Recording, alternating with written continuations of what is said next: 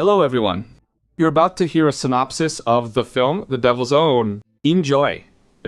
Northern Ireland, 1972. Today, Frankie went through the first time with his father, Oglu. That same evening, an unknown assailant broke into the house and shot the man in front of his family.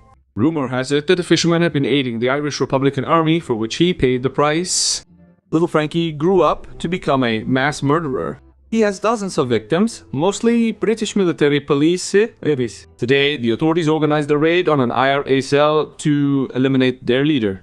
However, Frankie himself set an ambush and claimed several more victims.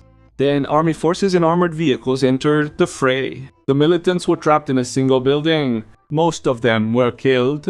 Only Frank and his comrade Sean Philosopher survived. They realized it was time to leave, so they ran out into the courtyard and, firing back, disappeared into the woods.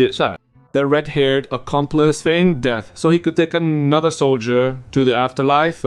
Red refused to reveal Frankie's hiding place, so Agent Harry Sloan executed him with his own hands. Meanwhile, the leader went into hiding among the old ruins. He hid under the floor until Marty revealed his name. The commander brought him provisions and toilet paper. Suddenly, a helicopter hovered over the building. They had to turn off the lights and hide. Those damned helicopters were seriously hindering their war effort, so they needed stingers to deal with the choppers.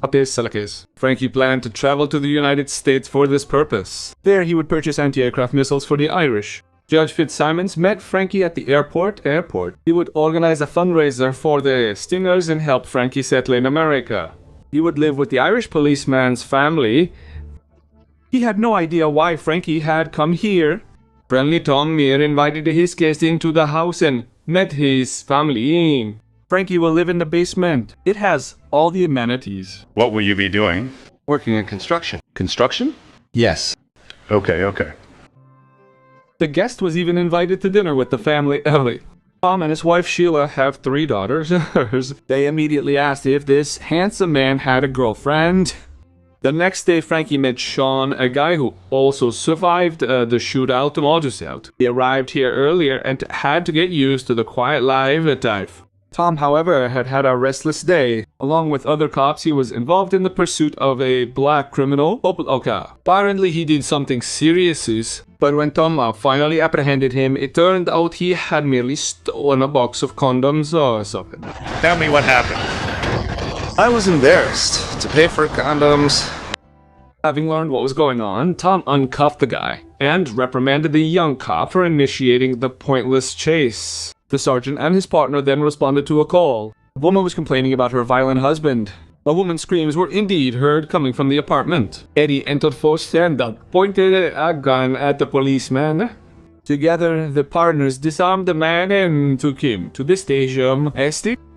The Irish buddies needed to repair an old boat.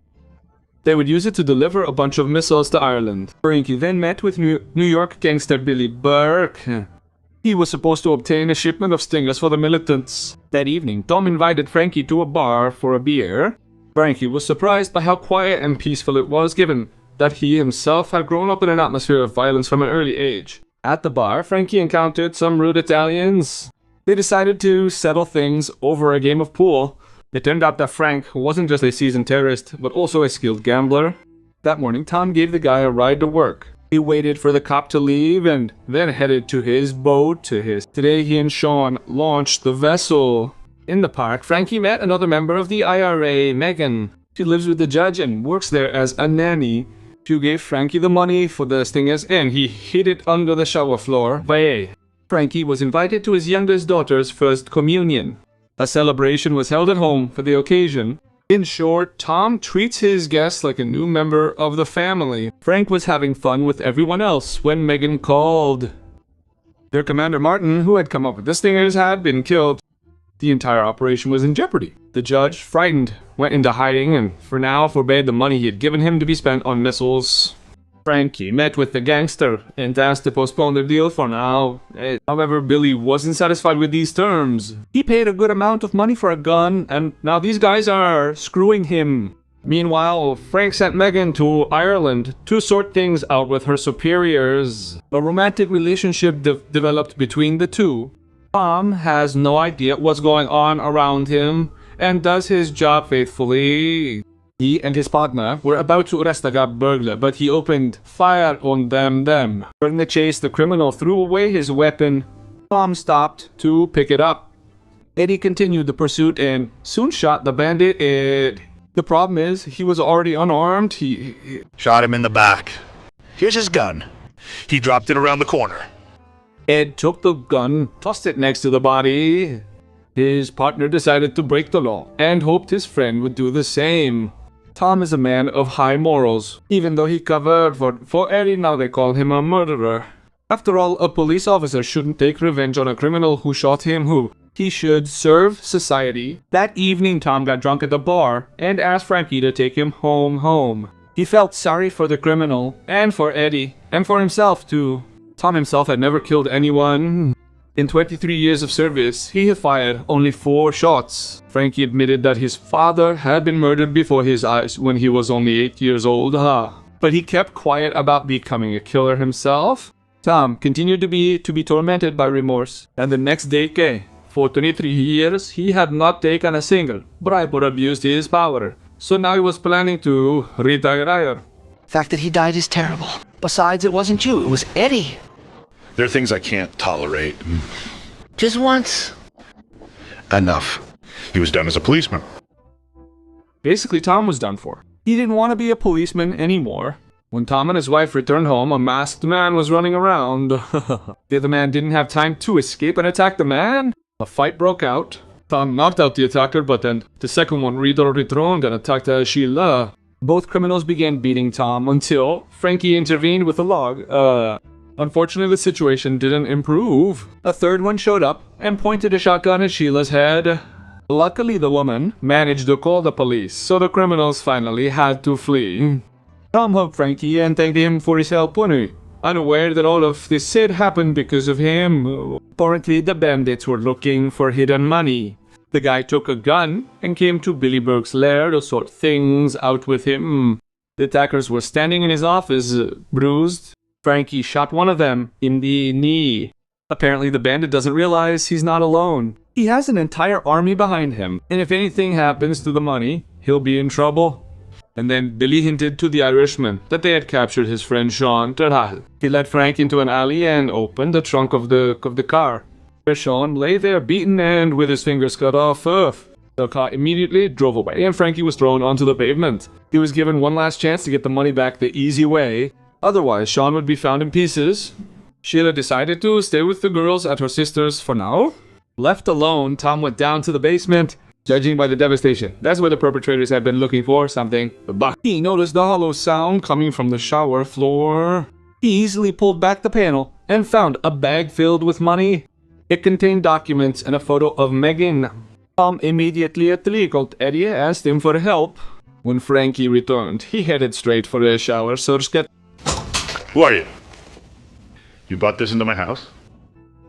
Everything Frank told him was a lie. The terrorists used their family as cover. Apparently, he wants to buy weapons here so other 8-year-olds can see him kill their fathers. Frankie tried to convince the pensioner of his case, but Tom restrained him, and Eddie, who had arrived to help, handcuffed his aunties. The partners were driving Frankie to the police station when they hit a traffic jam.